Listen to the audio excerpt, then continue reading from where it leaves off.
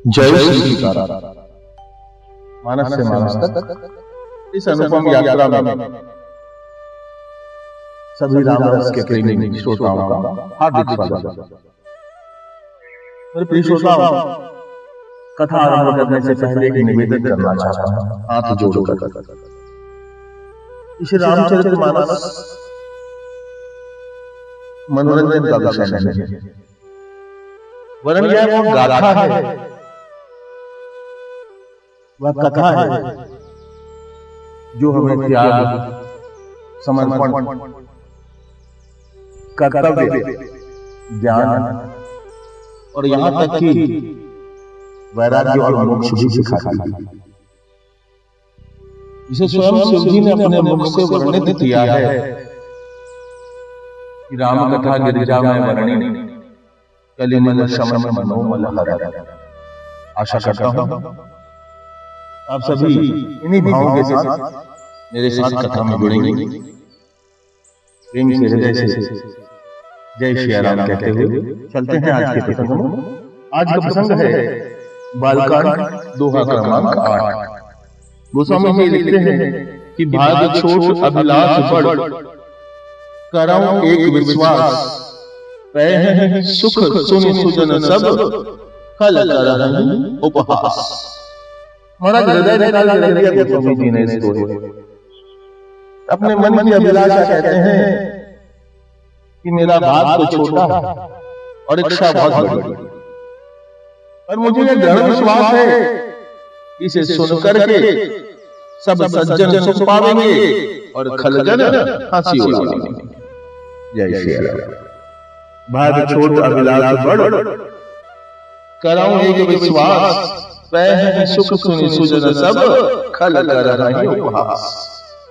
आइए चलते हैं गोस्वामी जी के साथ भावों में निहित अर्थों को खोजने के इस यात्रा में। भाग छोट अभिलाष बड़। प्रथम इस पद को देखें। श्री राम यश गान, या श्री राम यश गायकों में जो आरंभ होता है स्वयं श्री शिव जी महाराज से, पुनः पहुंचता है काकभूषण जी की ओर, व्यास जी और वाल्मीकि जी। इतने बड़े बड़े लोगों ने निरंतर इस कथा का गान किया, इस यश का गान किया। इन सब की तुलना में तो गोस्वामी जी कहते हैं कि इन सब की तुलना में मेरा भाग तो बहुत छोटा है, और उसके साथ साथ मैं कलिकाल कलयुग का कवि हूं। मेरी बुद्धि और शक्ति इन महान यशगान कर्ताओं के जैसी नहीं, और उस पर भी जो मेरी भाषा है वह जनसामान्य की भाषा है। सब दोष ही दोष है। भाग छोट। आगे कहते हैं कि अभिलाष बड़, परंतु मेरी इच्छा बहुत बड़ी है, अभिलाषा बहुत बड़ी। कौन सी अभिलाषा है गोस्वामी जी की? आइए पुनः देखते हैं गोस्वामी जी के साथ। कवि कोविद मानस मंजू मरार विनय पूर्वक कहते हैं, प्रार्थना करते हैं कि मेरी कविता ऐसी हो जाए जैसे कि पूर्ण चंद्र हो। जैसे पूर्ण चंद्रमा तापहार, प्रकाशक और अमिमय रूप होता है, वैसे ही मेरे द्वारा रचित यह काव्य पूर्ण चंद्र के समान हो जावे, जिसमें श्री राम सुयश रूपी अमृत विराजमान है। यह मेरी अभिलाषा है कि जिससे मोह में फंसे हुए, मोह निशा में सोते हुए ईश्वर विमुख मृतक रूप त्रैताप से युक्त भवरोग से पीड़ित जीव पठन, श्रवण और मनन करके सर्व बाधा रहित हो जाए। उनके जीवन की समस्त बाधाएं समाप्त हो जाए। यह अभिलाषा है। आगे कहते हैं कि करऊं एक विश्वास, कि मैं जानता हूं कि मेरा भाग बहुत छोटा है और मेरी अभिलाषा बहुत बड़ी है, परंतु मुझे दृढ़ विश्वास है। किस पर दृढ़ विश्वास? अपनी बल पे, अपनी बुद्धि पे, अपने ज्ञान पे नहीं महाराज। ऐसा कुछ भी नहीं है। गोस्वामी जी कहते हैं कि निज बुद्धि बल भरोसे मोहे नहीं, मुझे अपने बल बुद्धि पर कोई भरोसा नहीं। तो फिर दृढ़ विश्वास कहां पर आ रहा है, क्यों आया? तो यहाँ गोस्वामी जी कहते हैं कि मुझे दृढ़ विश्वास है उन श्री चरणों पर जिनका कि मैं ध्यान करके जिस युगल मूर्ति का मैं यशगान कर रहा हूं, उन पर मुझे पूर्ण विश्वास है। उन सीताराम जी पर मुझे पूर्ण विश्वास है। भाग छोट अभिलाष बड़ करो एक विश्वास। और इसी विश्वास के आधार पर मेरा भाग छोटे होते हुए भी मेरी अभिलाषा पूर्ण होगी, यह विश्वास है। अब आगे चलते हैं। कह सुख सुनी सुजन सब, कहने का आशय है जिसे सुनकर के सारे सज्जन सुख पाएंगे, अर्थात राम यशगान को सुन करके सभी यश गाएंगे, सभी सज्जन सुख पाएंगे। भले ही मेरी तोतली भाषा हो, मेरी सामान्य भाषा हो, इससे कोई अंतर नहीं पड़ता। गोस्वामी क्या कहते हैं, हो सकता है मेरी रचना में दोष हो, स्वाभाविक बात, परंतु अपने विश्वास के आधार पर गोस्वामी जी कहते हैं कि क्षमा ही सज्जन मोर डिठाई, सुनहि बाल वचन मन लाई, जो बालक कह तू तरी बात, सुनहि मुदित मन हितु अरुमा।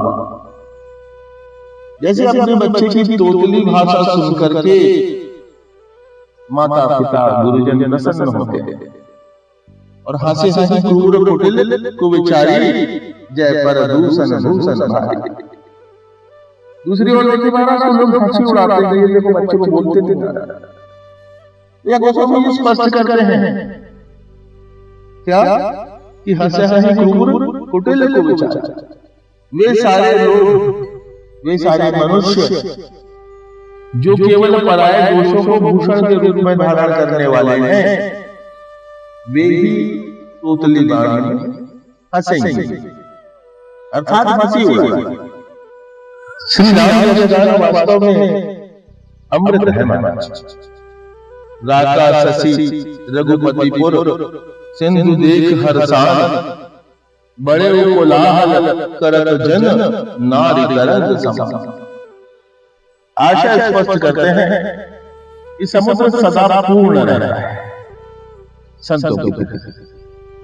अपने में बहुत सी नदियों को समाहित करके वो उछलता रहे, परंतु जब चंद्रमा पूर्णिमा का हो, पूर्ण होता हुआ जब चंद्रमा दिखाई देता है ना, तो वह समुद्र भी उछलने लगता, ज्वार आ जाता है समुद्र, अर्थात हर्षित हो जाता है समुद्र।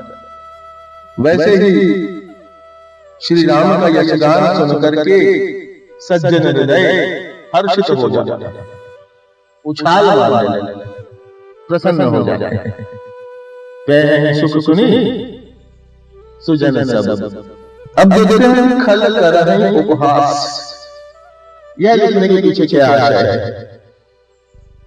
तो खल कर रहे उपहास के पीछे आशय यह है कि गोस्वामी जी ने रामचरितमानस की जो रचना की है वह लोक भाषा में की, संस्कृत में नहीं, जिससे कि हो सकता है कि लोग उपहास उड़ाए, हंसी उड़ाए, क्या लिख दिया, कैसा लिख दिया, भाषा व्याकरण इत्यादि अनेक अनेक विषयों पर संभव है कि खलजन परिहास करेंगे, हंसी उड़ाएंगे। संत है कहते हैं कि खल परिहास हो ही निंदित मोरा, खल परिहास हो ही निंद मोरा, काज कहे कलकंठ कठोरा।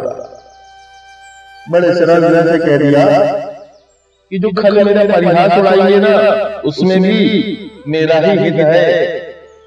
वह कैसे परिहास से आपका हित हो सकता है? तो बोले महाराज सीधी सी भाषा में कहे तो ये उपहास करते करते बड़े प्रसन्न मन से जब मेरी निंदा करेंगे, परिहास उड़ाएंगे, तो कहीं ना कहीं मेरे इस काव्य को प्रसारित अवश्य करेंगे। प्रचारित अवश्य करें। सामान्य भाषा में बोले तो माउथ टू माउथ एडवर्टाइजिंग।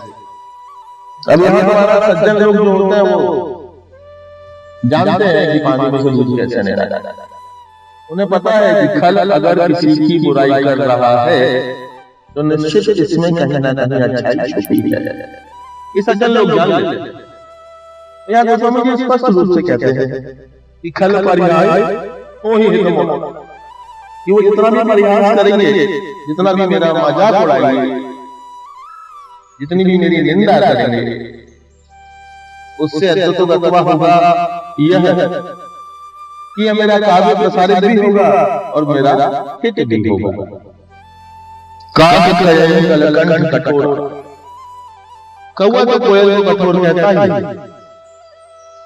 तो ये दुष्ट कौवे मेरे द्वारा रचित इस काव्य पर हंसेंगे और कहेंगे कि ये तो प्राकृत वाणी है।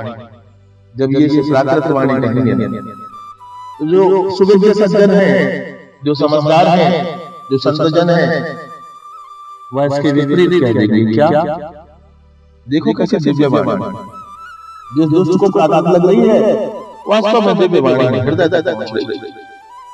और जब सज्जनों के मुख से बड़ाई होगी तो मेरा वास्तविक हित होगा। खल परिहास हो ही हित होगा। एक और गूढ़ रहस्य पर चले महाराज। तो समाज दुष्टों के द्वारा कही गई बातों को प्रमाण नहीं माना, जबकि सज्जनों और संतों के द्वारा कहे गए वाक्य स्वयं प्रमाण होते हैं।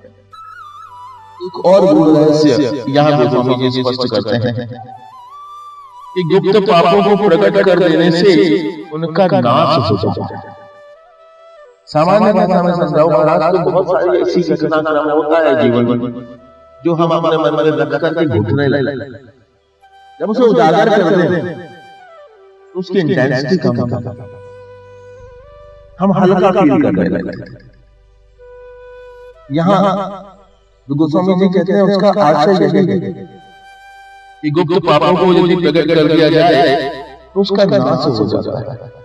अतएव दुष्टों के द्वारा जो मेरा परिहास किया जा रहा है, जो मेरे अवगुण के कथन किए जा रहे हैं, उससे वास्तव में मेरा ही लाभ है। यही भाव है गोस्वामी जी के। हो ही हितम होगा। एक नियम है महाराज प्रकृति का या समाज का कहते हैं कि जब हम आगे बढ़ते हैं तो हमारा अपोज करने के लिए भी लोग खड़े रहते हैं। हाथी निकलता है तो कुत्ते तो भौंकते हैं। इसे हाथी की चाल पर कोई फर्क नहीं पड़ता, वरन पूरा गांव या पूरा शहर ये जान जाता है कि उस मार्ग से हाथी आ रहा है। ये जो कुटिल जन है, ये खल जन है, वास्तव में संत जनों का हित ही करते हैं। हंस ही क्रूर कुटिल कुविचारी, जो पर दूषण भूषण ढाले।